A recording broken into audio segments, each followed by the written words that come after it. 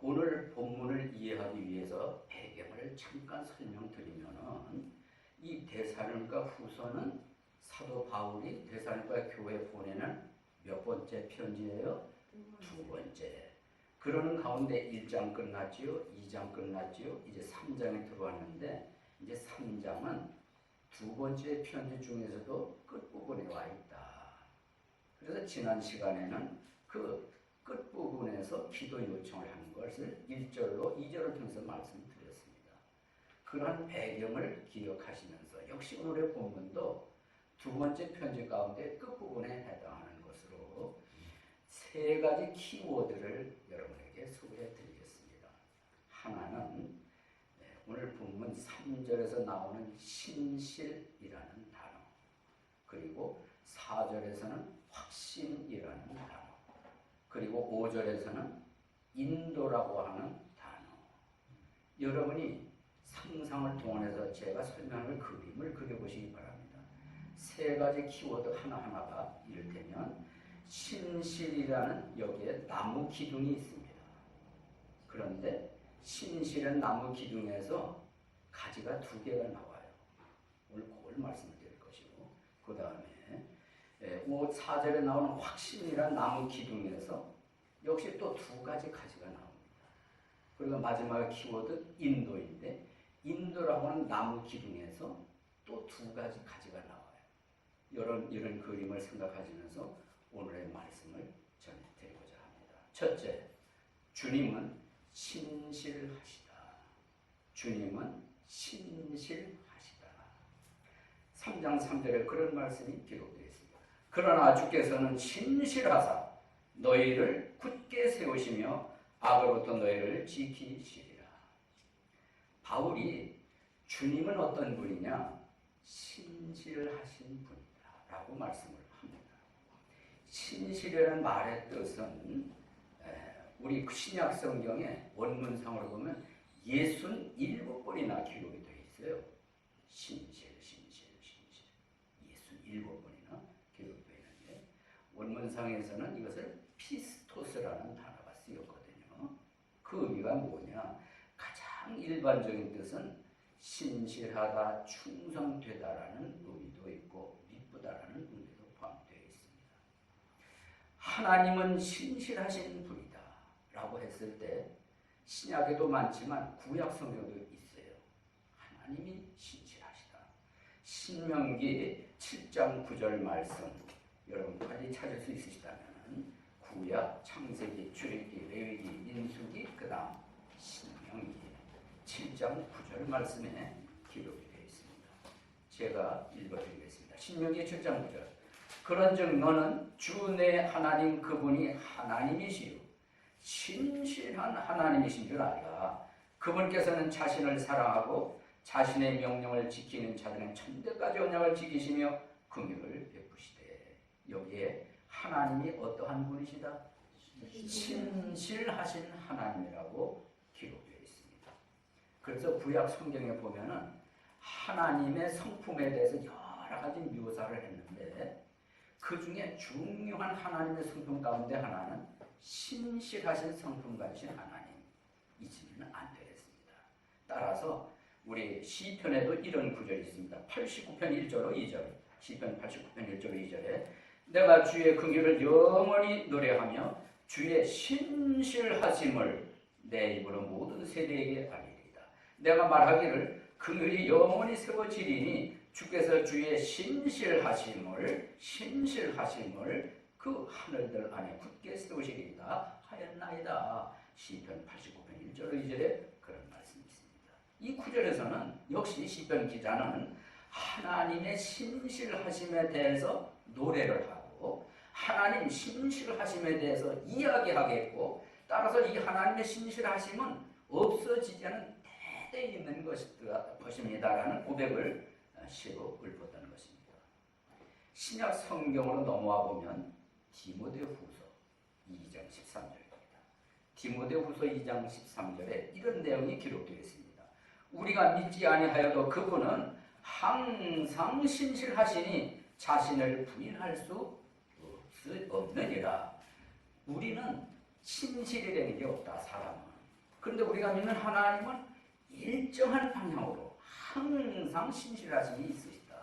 사람처럼 이랬다 저랬다 뭐 이런 모습이 아니라 그저 처음부터 끝까지 신실하신 충성스러운 모습을 가지신 모습을 성경은 말씀해 주고 있습니다. 그런가 하면 오늘 본문 가운데 오늘 데살로니가 후서를 봤습니다만 데살로니가전서 5장 24절에도 그런 내용의 말씀이 있습니다. 너희를 부르시는 분은 신실하시니 그분께서 또한 그것을 행하시리라. 이렇게 구약 성경이든 신약 성경이든 하나님은 신실하신 분이심을 여러 곳에서 말씀하십니다. 이처럼 신실하신 하나님과 신실하신 그 하나님을 믿는 사람과 어떤 관련이 있을까요? 여러분 이렇습니다. 우리 지난 수요일에 공부를 해서요. 거듭난 사람은 하나님으로부터 태어난 사람은 하나님의 성품을 담는다 그랬습니다. 거듭난 사람 속에 그런 신의 성품이 들어온다. 마찬가지로 신실하신 하나님을 믿는 사람은 하나님의 신실하심의 그 성품이 우리 삶 속에 나타나게 된다. 그래서 우리는 그런 성도를 향해서 참 믿을 만한 성도, 참 신실한 형제, 참 믿을 만한 자매 이렇게 표현을 하는 거거든요. 여러분, 우리는 그런 표현을 할 수도 있고 들을 수도 있는 하나님의 백성이 되어야 할 줄로 믿습니다. 왜? 하나님은 신실하신 하나님, 신실하신 아버지이기 때문인 줄로 믿습니다. 이렇게 항상 신실하신 하나님을 묘사한 바울이 뭐 어떻다는 말씀일까요? 그 신실하신 하나님이 데살로니가교회 성도들에게 두 가지 일을 하신다는 거예요. 아까 말씀드렸죠. 신실한 나무 기둥이 있는데 거기서 두 가지가 나온다. 그 두 가지 중에 하나는 그 신실하신 하나님이 데살로니가교회 성도들을 굳건하게 세우십니다. 그랬어요. 굳건하게 세우십니다. 여러분 성경에 이 단어가 전후서 데살로니가 전서에 자주 나왔었거든요. 여러분 다 아실 거예요. 데살로니가 성도들은 사도 바울이 전해준 복음 하나님의 말씀으로 구원받았고 그렇게 구원받은 사람이 모여서 데살로니가 교회를 이루었습니다.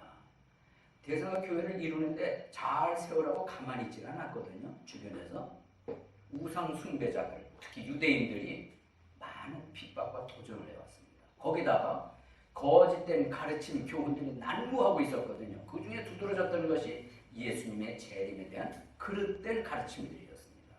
그 배후에는 사단이 얼마나 집요하게 역사했는지 몰라요.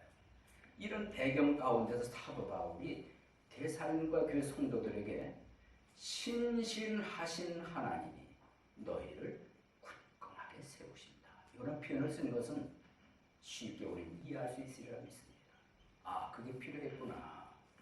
튼튼하게 서 있는 거. 다시 말하면 어떠한 거짓 가르침, 어떠한 거짓 교훈에 대해서도 요동함이 없이 흔들림이 없이 시종영일 굳건하게 서 있는 자세가 필요해서 사도 바울은 하나님이 신실하신 하나님이 굳건하게 세우신다라는 말씀을 썼던 것입니다. 아멘이지요? 오늘날 우리들이 신앙생활을 하는데 어떤 분은 정말 요지부동한 신앙의 모습 보이는 사람이 있어요. 참 믿음이 갑니다. 그런데 잘 흔들리는 사람도 있거든요. 이리 흔들 저리 흔들 이런 말에 흔들 저런 말에 흔들 그런 사람 보면 참 많이 기도가 필요해요. 도움이 필요하거든요. 여러분 옛날에도 그렇게 많은 거짓된 가르침들 교훈들이 성행하는 것이 아니라 기독교 역사 속에 끊임없이 거짓된 가르침 교훈들이 있었거든요. 우리가 살았던 고국 대한민국 어때요? 많은 이단들이 나왔습니다. 근데 그 이단들 처음 얘기 들어보면 솔깃하거든요. 그럴듯하거든요. 사람들이 넘어갑니다. 그런 상태를 일컬어서 우리는 흔들리는 신앙이라고 합니다. 며칠 전에 영생교회에 대한 그 자료를 다시 한번 살펴보는 시간이 있었습니다. 들어보셨는지요? 교주가 죽지 않는다는 거거든요. 나는 죽지 않는다. 영생한다.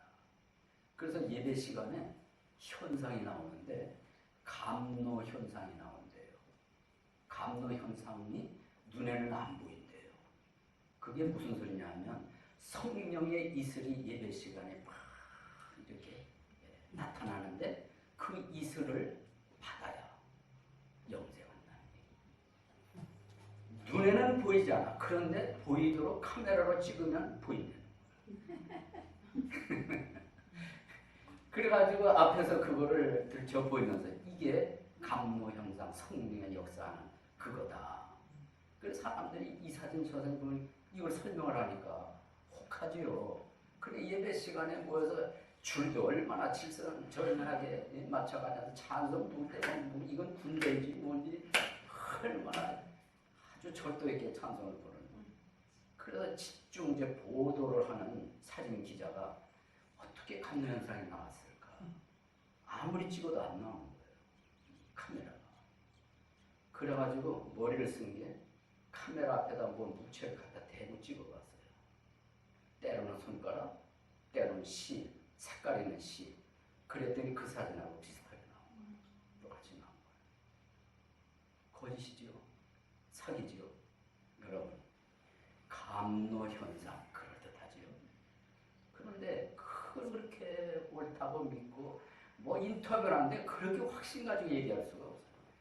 예, 믿습니다. 당신도 믿으면 영생 얻습니다. 다 영생 얻습니다. 아주 확신을 가지고 얘기해요. 이따 확신에 대해서도 말씀드리겠습니다만 확신도 뭘 근거로 한 확신이냐도 대단히 중요하죠. 이렇게 이미 우리 주변에는 많은 거짓된 교훈들을 가르침들이 성행하고 있어요. 그런 가르침에 쉽게 넘어간다는 거예요. 이쪽 저쪽 이렇게 우왕좌왕 흔들리는 현상을 가리켜서 사도 바울은 신실하신 하나님이 굳세게 해주시기를 원하고 있는 거예요. 대상과교회 성도들 오늘날 우리에게도 필요한 줄로 믿습니다. 굳센 믿음, 흔들림 없는 믿음, 요지부동하는 믿음. 그러려면 어떻게 해야 되겠습니까? 신실하신 하나님의 도움이 필요한데 하나님은 아무나 도와주시는 것이 아니라 진리의 말씀을 사랑하고 알기를 원하고 예수님의 모습을 따라 닮아가길 원하는 사람에게는 하나님이 굳건하게 되는 은혜를 베푸신다. 그렇게 되지 않은 것이죠. 그런가 하면 사도 바울은 신실하신 하나님이 굳세게 세우시는 일을 하실 뿐만 아니라 또 하나는 악으로부터 지켜주신다. 우리 신실한 나무 기둥이 있습니다. 한 가지는 뭐라? 굳게 해주신다. 굳세게. 확고부동한 믿음 되게 해주신다. 다른 하나는 악으로도 지켜주신다. 신실하신 하나님이 지금 바울의 편지 속에서 데살로니가 성도들에게 말씀을 하시는 겁니다. 이것도 어렵지 않아요. 무슨 악으로부터 지켜주시냐? 이 악은 앞서 잠깐 설명드린 대로 데살로니가 성도들의 믿음을 방해하는 많은 가르침들을 말로 행동으로 앞장섰던 사람들, 그리고 그런 사람들 배후에는 사단이라는 존재가 역사하고 있었던 거거든요. 이런 통틀어 이런 우리들로부터 지켜주시는 분이 신실하신 하나님입니다. 그거를 지금 바울은 쓰고 있는 것입니다. 성도 여러분, 우리가 사는 이 시대도 우리 믿음을 방해하고 무너뜨리고 하는 세력들이 있을 뿐만 아니라 그런 세력 배후에는 사단이 존재하는 줄로 우리 다 알고 있잖아요. 그래서 사단의 존재로도 지켜줄 수 있는 분 누구이겠습니까? 우리의 각오일까요? 결심일까요? 그건 아닙니다. 사단은 우리의 각오나 결심 눈 하나 깜빡하지 않습니다. 사단이 제일 두려워하고 무서워하는 것 하나님 말씀이거든요. 이 말씀 따라서 신실하신 하나님과 우리가 살아가는 말씀과 같이 이게 조화가 되면 사단은 꼼짝 못하게 되고 따라서 우리는 그런 악의 세력, 악한 사람부터 보호받고 지켜지는 놀라운 모습이 되는 줄로 믿습니다. 성도 여러분, 오늘 사도 바울은 고린도서 본문에서만 말씀하는 것이 아니라 고린도서 11장 13절 14절에 이런 내용의 말씀을 했습니다.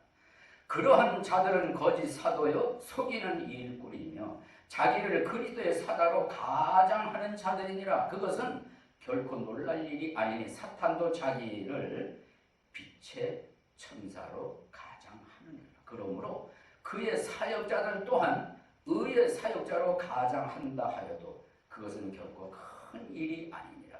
그들의 마지막은 그들의 행위대로 되리라. 고린도 교회 본 편지에서 이런 말씀을 했습니다.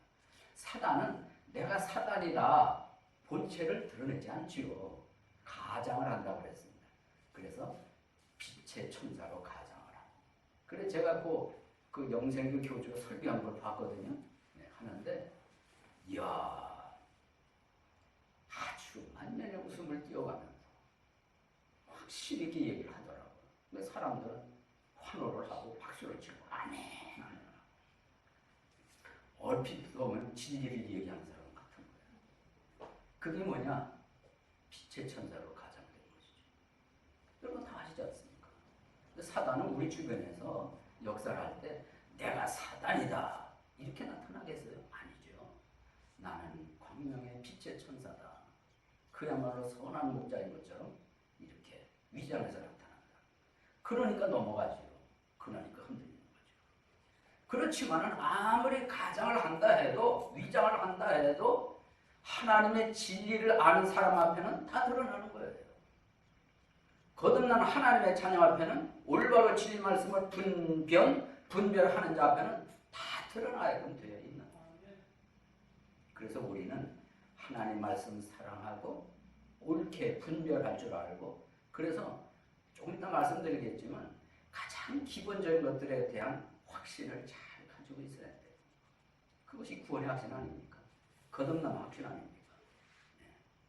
죄사함의 확신 아닙니까? 중요한 골격이 되는 교리들에 대한 뚜렷한 확신을 가지고 있을 때 다 분별되거든요. 사탄인지 천사인지 다 알 수 있거든요.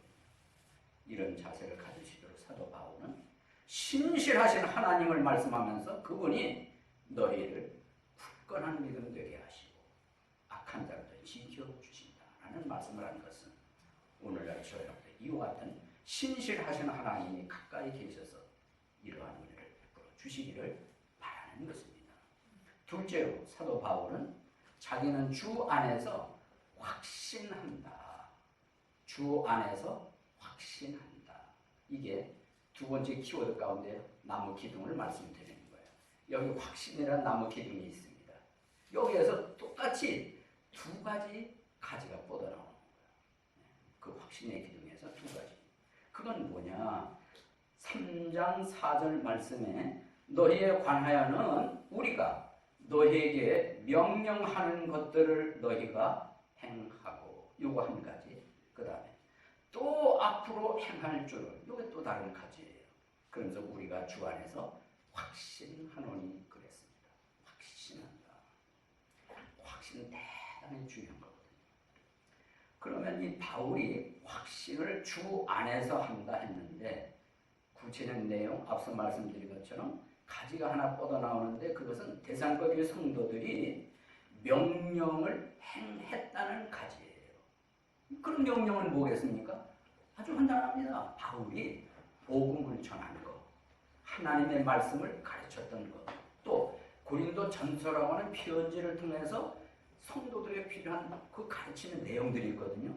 이런 통틀어서 한 말씀이 명령들이다. 그리고 같은 데살로니가 후서 우리 2장 끝부분에 보면은 여러분 얼마 전에 들었어요. 가르침을 받은 전통들을 붙들라는 말씀 기억나시죠? 바로 그걸 얘기하는 겁니다. 데살로니가 성도들은 가르침 받은 거, 교훈 받은 거, 행하는 믿음을 가지고 있었던 겁니다. 거기에 대한 확신을 바울이 가지고 있었던 거죠. 아주 중요한 부분입니다. 또 다른 한 가지는 뭐냐? 지금까지도 행동하는 믿음을 가지고 있었지만 앞으로도 미래에도 내가 여러분에게 가르쳤던 교훈, 명령들에 대해서 또 행동하는 믿음을 갖게 될 줄로 나는 주 안에서 확신합니다. 이런 내용입니다. 그런 의미에서 우리는 상대방에게 확신을 주는 믿음을 가지고 있어요. 필요합니다. 저 인간 모르게 좀 의심스러워. 어딘가 모르게 좀 미심쩍어. 이런 게 아니고 아무개, 형제, 자매 그러면 틀림없어 확신이 가는 거예요. 그러려면 우리 모두가 다 하나님 말씀에 대한 가장 기본적인 것들, 구원받은 확신, 거듭난 확신, 죄사함의 확신, 성경 말씀에 대한 그 믿는 확신, 이런 것을 평소에 늘 가지고 있을 때 우리는 그 누구로부터도 신실하다는 평가, 나가서 하나님께도 인정을 받게 될 줄로 믿습니다. 이 시대를 살아갈 때 그래서 우리는 확신을 줄 줄도 알아야 되지만 확신을 평가할 줄 아는 이런 위치에 서야 하는 줄로 믿습니다. 제가 강원도 화천 사단사령부에서 근무를 하고 있을 때인데요. 점심때가 되면은 일찍 점심 먹고 옆에 있는 이제 사병들, 근무하는 사병들이 있으니까 가까이 지내고 있는데 그 중에 교회 다니는 한 하사, 계급이 하사. 저는 일반병으로 그때 요게 둘이었어요. 그런 고배였습니다. 1병, 3개면 상병, 4개면은 병장인데. 그래 이제 교회 다니는 걸 알고 있어서 점심 먹고 나서 시간에서 나지막한 동산에 앉아가지고 아무런 말도 없이 제가 주머니에서 성경을 펼쳐 꺼냈습니다. 요만해요. 요만한 펼쳐가지고 어디를 펼쳤는가 하면 고린도 후서 13장 5절을 펼쳤습니다. 그리고는 읽어보라고 그랬어요. 소리를 내서 읽어보라고 그랬어요. 거기 이런 내용이거든요. 너희가 믿음 안에 있는지 너희 자신을 살펴보고 너희 자신을 입증하라. 혹은 확증하라. 예수 그리스도께서 너희 안에 계시는 줄을 너희가 스스로 알지 못하느냐. 그렇지 않으면 너희는 버림받은 자니라. 이런 내용입니다. 그 읽더라고요. 그래서 그 다음에 제가 물었습니다. 확신이 있는가? 확증해봐라. 입증을 해봐라. 그랬어요. 그랬더니 이러고 얘기를 하고요. 나는 지금까지 새벽 기도도 열심히 다녔고 주일학교 교사도 했고 성가대도 했고 열심히 교회를 다녔다. 이런 얘기를 하는 거예요. 그래서 제가 그랬습니다. 그거는 입증이 안 된다. 그건 확신이 아니다. 그랬더니 이제 당황하기 시작을 하는 거예요. 왜 당황할 수밖에 없냐? 입증이 확신이 안 되면 예수 그리스도께서 너희 안에 계신 줄을 이게 입증이 안 되는 거거든요. 그럼 나는 뭐지? 지금까지 한 건 뭐지? 그리고는 헤어졌는데 그 후로 이제 고민을 한 것 같아요. 근데 어느 날 또 며칠 지나서 구원은 이렇게 받는 거다. 대충 이야기를 해주었습니다.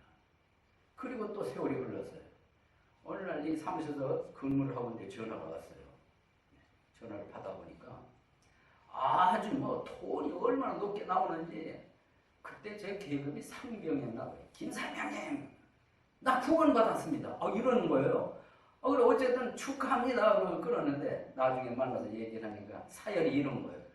그날 고린도서 13장 5절에 어떻게 한편은 기분도 나쁘고 확증을 못해대는 입증을 못한 자신이 너무나 부끄럽고 속이 상하고 고민이 되고 그래가지고 그분이 군대에서 아주 높은 비밀을 취급하는 분이에요.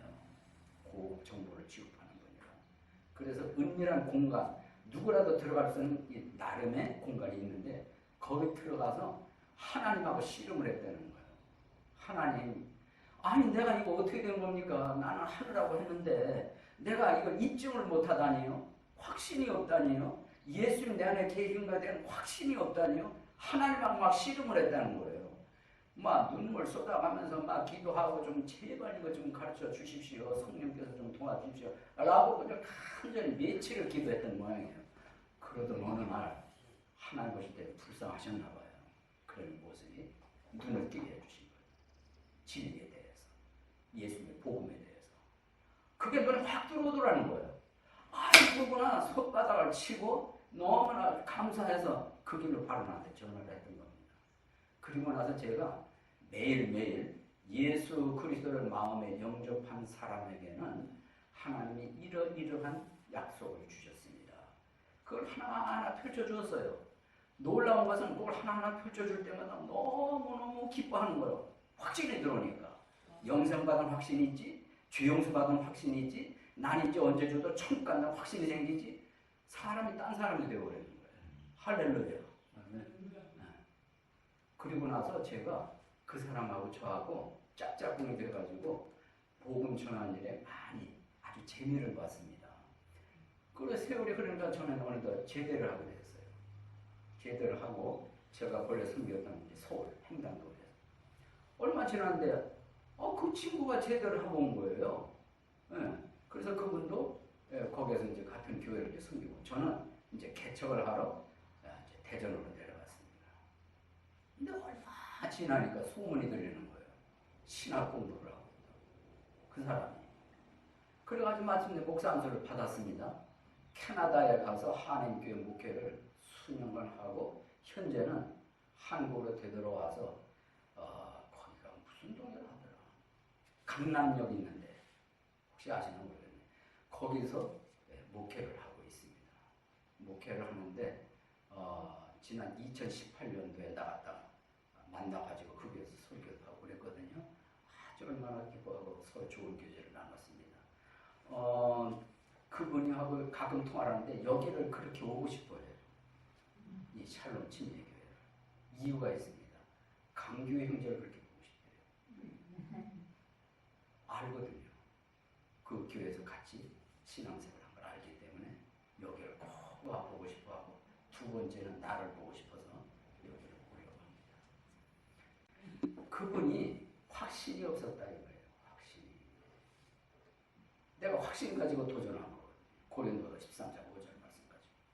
근데 그것이 아주 강하게 얻어맞아서 고민을 하고 실험을 하고 그러다 결국 하나님이 긍휼을 베푸셔서 복음에 대해서 눈이 떠졌다. 확신을 갖게 되는 거죠. 여러분 제발 확신 갖고 사는 그리스도인 됩시다.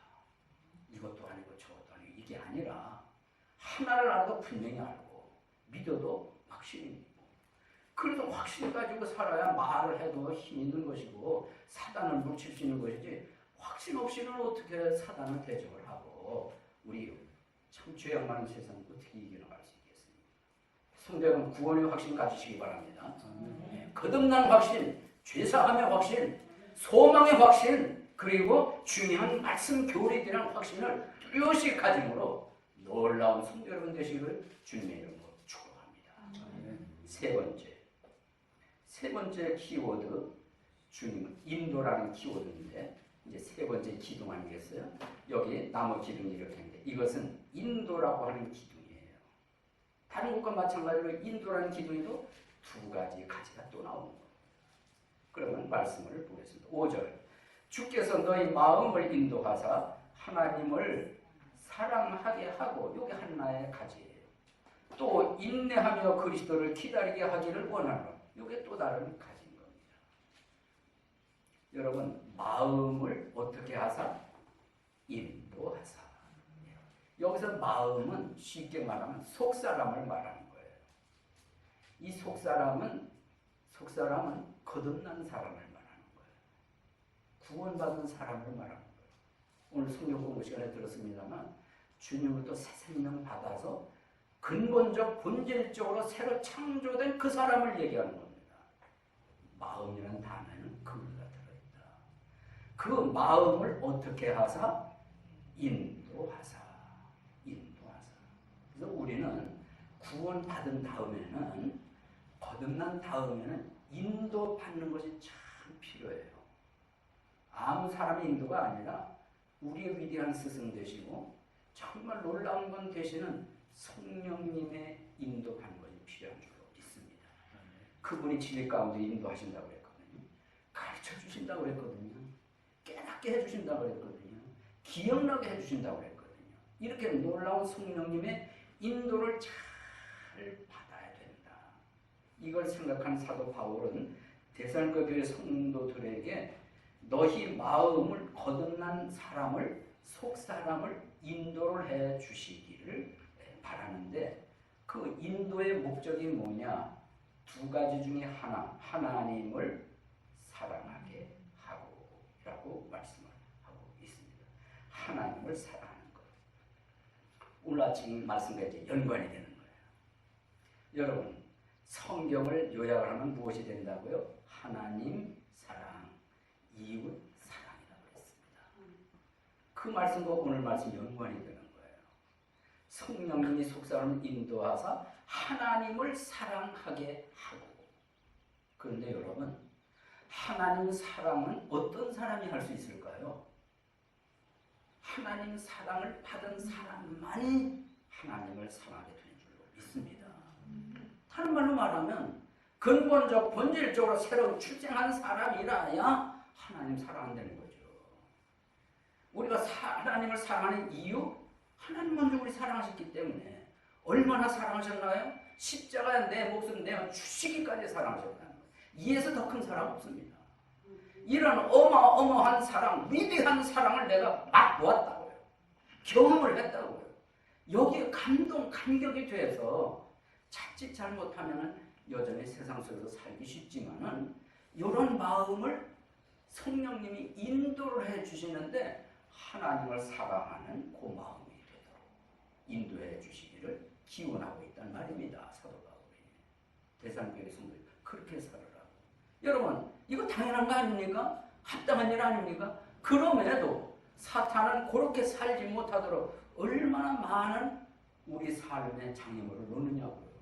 우리 마음을 다른 방향으로 향하도록 방해를 놓느냐고요. 따라서 우리는 성령님의 인도하심이 필요한 존재. 따라서 그것을 잘 순종하고자 하는 온유한 자세가 저와 여러분이 있어야 할 줄로 믿습니다. 그 다음에 또 다른 한 가지가 있습니다. 그것은 뭐냐면 인내, 그리스도의 인내에 이르도록 하는 말씀이었던 겁니다.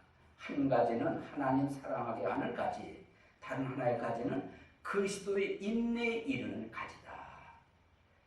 우리 마음을 인도해 주셔서. 성도 여러분, 대성교회 성도들에게 인내가 필요했거든요. 왜 인내가 필요하냐? 생각해 보세요. 예수 믿는 믿음을 방해하고 또 무너뜨리고 하는 사단의 해오의 역사를 하지요. 거짓된 가르치는 교훈들이 난무하고 있지요. 그래서 이런 것들을 물리치기까지에는 거부를 하고 믿음에 굳게 서기까지는 필요했던 게 뭐겠어요? 인내가 필요하다는 거예요. 인내. 그 인내란 그리스도의 인내예요. 예수님의 인내. 예수님은 33년간의 생애를 보면 정말 인내의 연속이었습니다. 수많은 사람에 대해서, 그 다양한 사람들에 대해서 오래 참아주셨어요. 그리고 제자들 중에도 한 사람 한 사람에 대해서도 참아주시고 기다려주시고 인내해 주셨거든요. 여러분, 예수님의 마음을 뒤집어 놨던 제자도 있었거든요. 예수님에 대해서 욕을 했던 사람도 있습니다.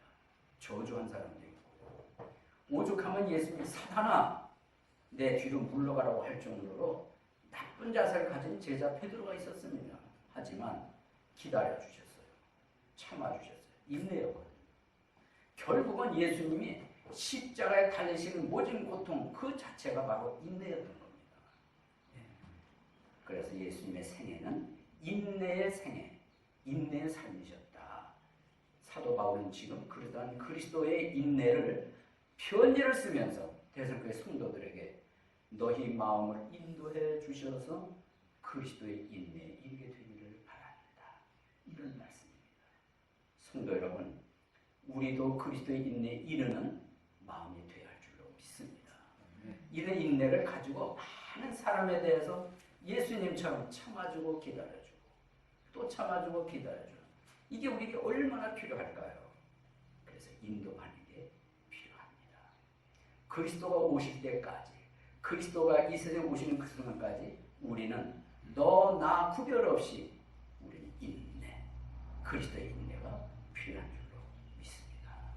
성도 여러분, 우리 이 성경에서 사도 바울은 대상교회 성도들에게 세 가지 중요한 키워드를 쓰면서 교훈을 해주었습니다. 첫 번째 키워드가 무엇이라고요?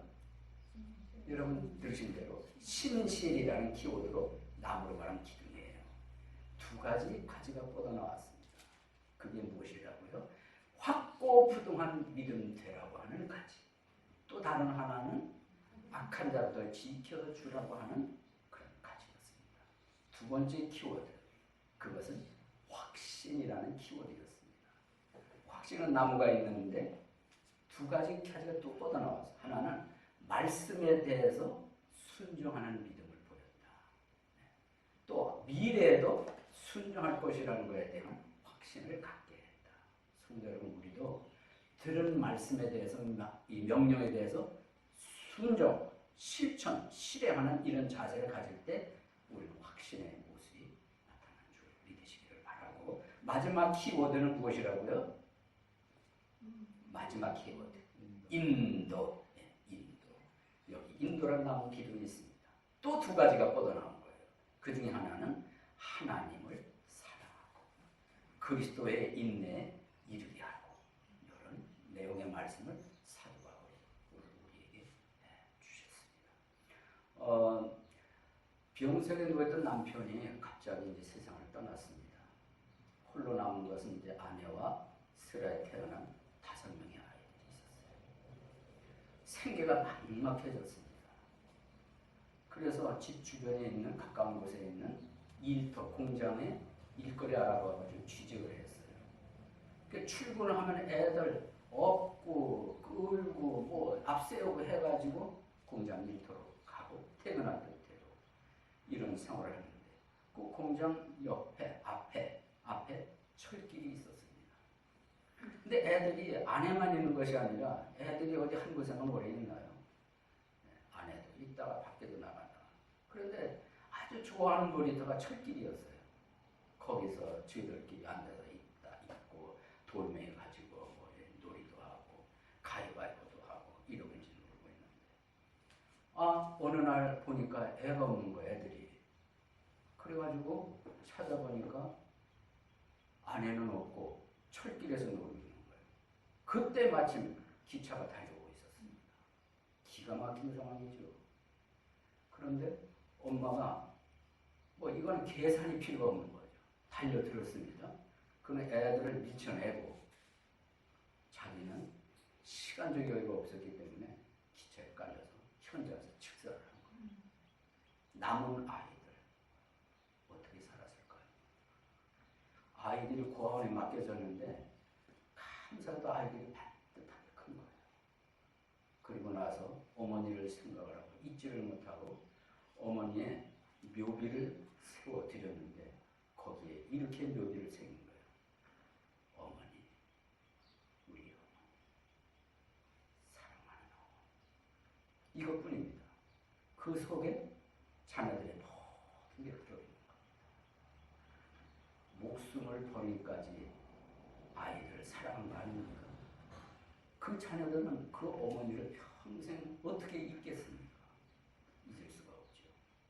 여러분, 오늘 아침부터 말씀드렸습니다만 하나님은, 예수님은 우리를 구원해 주시고자 그 화려한 보좌 보이시고 하나님으로서의 구원이 모든 걸 다 내려놓으시고 낮고 천한 인간의 몸을 갖고 오셨잖아요. 이것도 사랑이고 화려한 궁궐도 아니고 천한 말구에 탄생하신 것, 그걸 우리는 겸손이라고 하고, 그분의 생애를 보니까 그렇게 사람들을 섬기면서 사셨다고요. 마지막엔 십자가 달려 돌아가셨는데 목숨을 내놓으셨어요. 왜 그러셨을까요? 성경은 그것을 우리를 향한 하나님의 사랑이라고 했습니다. 죄의 문제를 해결하시는 사랑이라고 했습니다. 구원이라고 했습니다. 그걸 해 주시고자 엄청난 인간으로서는 표현할 수 있는 사랑을 보여주셨습니다. 그걸 믿는 사람은 사랑하는 사람이 되는 것이고, 그걸 안 믿는 사람은 구원을 못 받아서 죄값을 이용한 지옥에 간다는 게 성경의 핵심입니다. 줄거리입니다. 여러분, 어머니가 자기 목숨 걸어서 아이를 구출해 준 것처럼 예수님은 몸버려 희생하시면서 우리를 구원해 주셨어요. 그분 잊지 마시고 오늘 3가지 키워드. 신실하신 하나님 믿음이 나도 신실한 사람이 되어야 되겠고, 우리는 말씀에 대한 확신, 들은 대로 순종하는 이런 모습. 나와서 우리는 우리 마음이 성령님으로 잘 인도가 되어서 나를 사랑하신 하나님을 나도 하나님 사랑하고, 본을 보이신 예수님 말씀 본받아서 사람을 사랑할 줄 아는 그런 사람이 되라고 오늘의 본문을 우리에게 교훈해 주시고 계십니다. 부디 이 말씀 마음에 새기셔서 놀라운 삶이 전개되시기를 바라고 하나님부터 인정한 칭찬받는 이런 모습을 가진 샬롬 진익의 성도는 되시기를 주님의 이름으로 축복합니다. 모두 일어나셔서 찬송